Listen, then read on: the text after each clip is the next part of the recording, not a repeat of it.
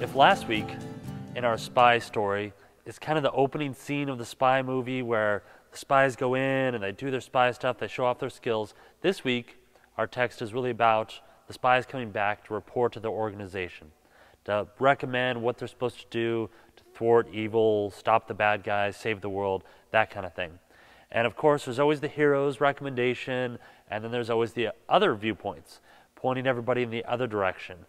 And as the story usually goes, nobody listens to the heroes, and they end up having a strikeout on their own against the bad guys and against the good guys who aren't listening to reason.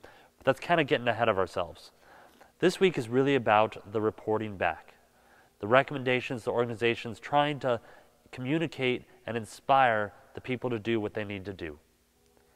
Communication itself, in our technologically driven age, is a tricky thing.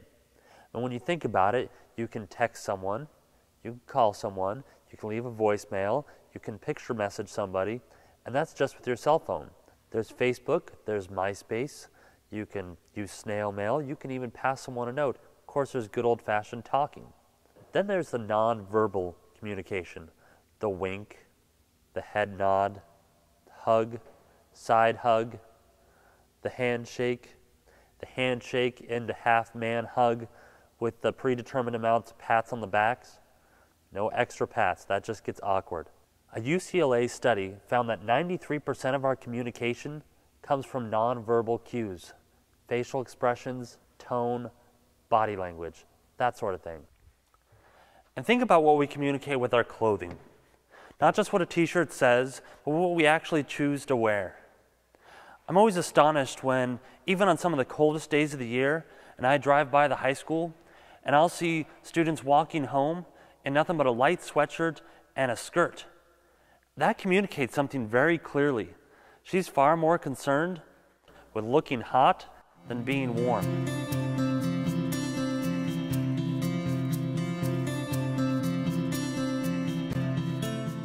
Have you ever thought about how much shoes actually communicate? I never really used to think about it much until my wife convinced me to buy a pair of Etnies. We were in charge of a junior high group, and she convinced me that the students would notice something like that. And I didn't really believe her, but if you're a guy, you know you listen to your significant other's clothing advice. You do what they say. So, bought this pair of Etnies, wore them to junior high the next week. I could not believe the number of students who came up and talked to me, who mentioned my shoes, who said they liked my shoes. And I realized this was the 90s, this was that year that Etnies were super big. And it granted me this whole other level of respect with these junior high students. And it was the first time that really got me thinking how much simple things like shoes communicate.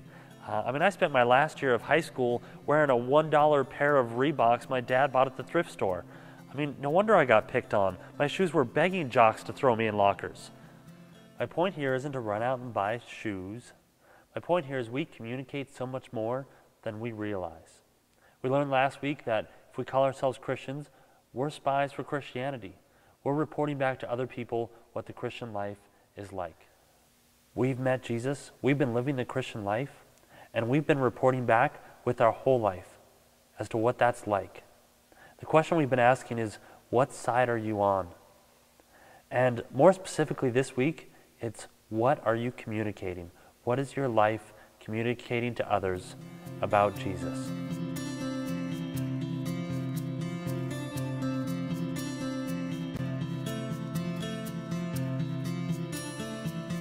In our text this week, both sets of spies come back and report the same facts. That the land is good, but there are fortified cities, there are armies, there are giants. But two of the spies say that God's people should still be obedient, they should go in there, they should go after it, they should do what the Lord wants them to do. Where the other 10 set of spies, they say, no way, let's go back to slavery, let's go back to oppression, let's go back to our babies getting murdered and us being whipped. To them, that's the better option than going into the promised land and facing these giants and these cities and these armies.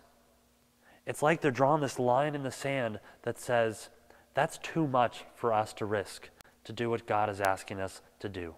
It's Jesus who brought us out of slavery. We were slaves to sin, slaves to self, thinking only about our own wants and our own needs. But we kind of all have these lines in the sand, don't we? these things that are too much for us to really follow Jesus.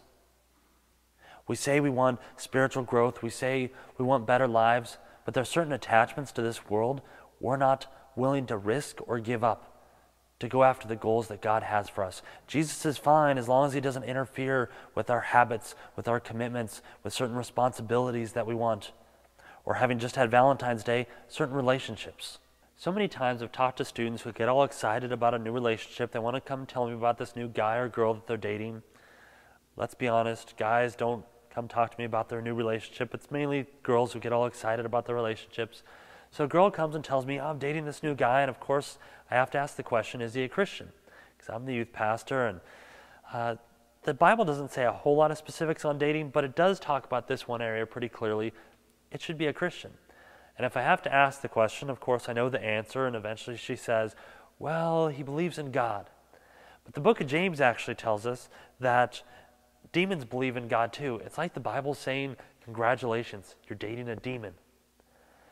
But again and again, we don't like to give up certain areas like this or a lot of other areas. We don't like to give up to God. We don't submit to Jesus. And then we wonder why we're not experiencing him the same way other people are.